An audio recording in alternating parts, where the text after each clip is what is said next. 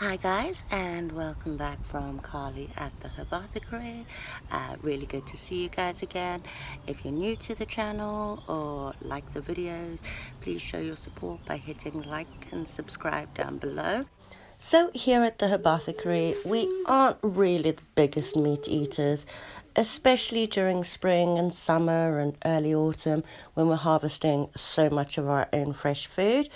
And we like to get our proteins from other sources like beans and nuts and chickpeas. And I can literally count on one hand, okay, maybe two hands, how many times a year we actually get a takeaway. It's normally friends and family's birthdays, not because, we don't want to get the takeaways, but because we don't generally enjoy the food. So Friday night is the one night a week that we always make sure we eat together no matter what. Often I'll make different meals for the kids and they'll eat earlier, and Dad and I will eat later depending on who's working. But Friday night, no matter what, we all eat together. So I've made that meat night and meat takeaway night. So I'll make quesadillas or enchiladas or a stir fry or anything like that. And for this Friday, the kids actually asked for a Chinese style stir fry. Saturday morning, while I was doing our weekly shop, I picked up some bean sprouts. We then went to the park for a little while and it was quite warm. And while putting the shopping away, when I got home, I realized that the bean sprouts were already looking a bit iffy and they were never going to last a week. So I got onto Amazon Prime, and instead of the 200 grams for 50p that I picked up at the shop, I managed to get 1.25 kilos of dried mung beans. And got to researching right away and decided, as we prefer to reuse plastic where possible, I would use the plastic bottle method. As what I'd researched, they're not in the plastic bottle long enough for them to leach the plastic. I also soaked my beans straight away in a bowl, as I wanted to make sure they were completely soaked by the next day so I could start them. And I got to prepping my bottle. I need to make some drainage holes in only the top section of the bottle, and as all of Daddy's drills and drill bits are locked up tight in his workshop, I went old school and I found something that was about the right size of the holes that was metal, which happened to be one of the whisk attachments from my electric mixer, holding the other end with a tea towel so it doesn't get too hot. I heated up this utensil and just punctured holes all around the top, and only that first quarter or third top section, and all the holes all the way around so that I could use them to help drain the water and to keep oxygen available.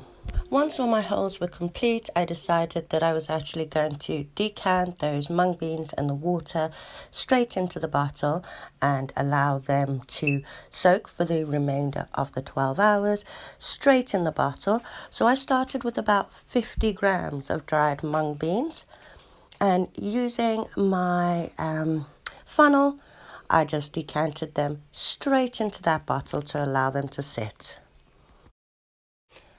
On Monday morning, and after around 16 hours of soaking, my mung beans have more than doubled in size and the water is quite green.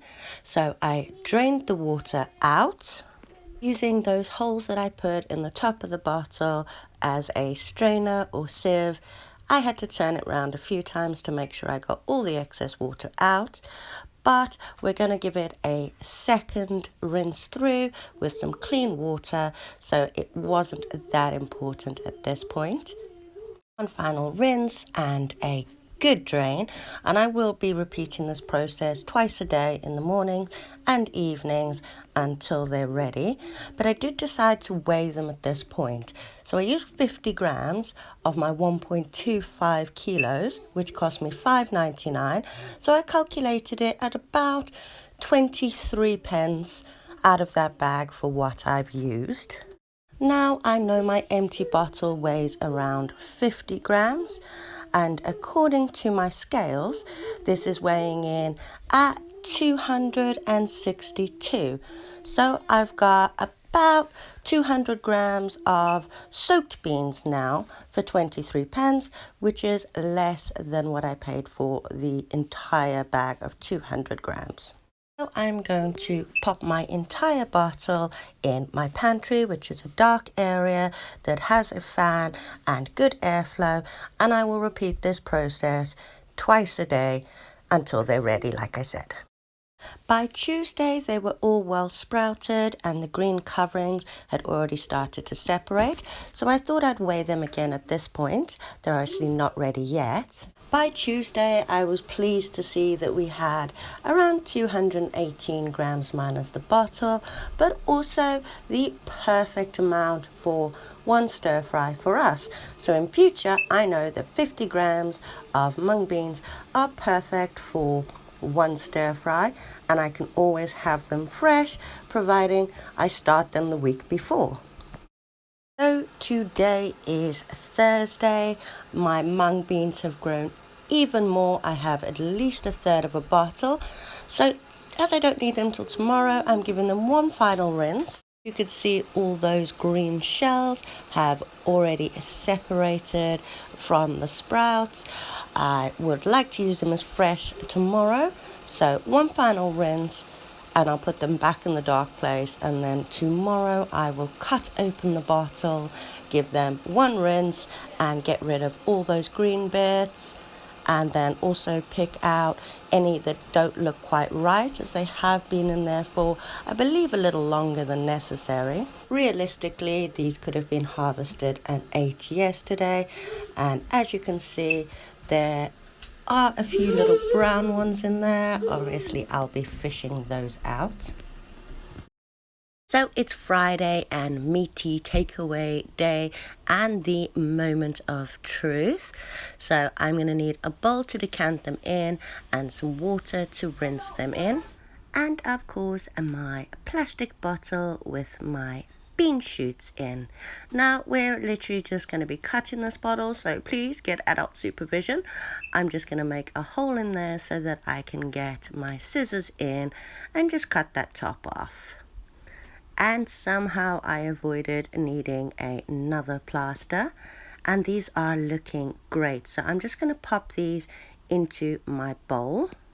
And this is a great opportunity to pick out any of those ones that you don't quite look the like of, or like the look of rather. So any that are brown, don't look quite tasty, pick them all out. Then pour over your water and you'll see that most of those green shells will actually rise to the top, which makes them really easy to pick out. And once I've got all the ones that have risen to the top, I find it useful to grab a strainer and pop the ones that you've already done in the strainer, as it allows you to get to the ones at the bottom without the bulk getting in the way. Throughout the process, I grab a kitchen towel and start laying them out. Oh, my counter was a bit wet, but it's not too important at this point, as we will dry them further.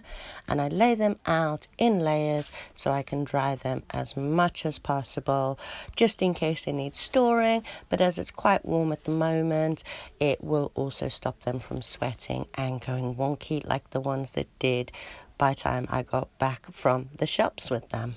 Now all my bean sprouts are sorted. I'm going to weigh them, and they come in at about 110 grams. So I calculated that as about 45 pence, so still cheaper in consideration to the ones that I got from the shop. But these are fresher. I know where they've come from. I know where they've been grown, and I know that they haven't been sprayed and that they're not going to go moldy in my fridge. However, there is one last trick I use to store them, just in case we don't get round to using them tonight.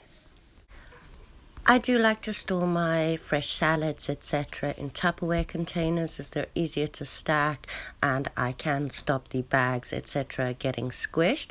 So I just pop a slice of kitchen roll down on the bottom. Now if there's a lot of salad or a large container, I will layer them, but there isn't a lot here and I do fully intend to use them tonight. I then put another piece over the top, pop the lid on, and then pop it in the fresh produce drawer of my fridge.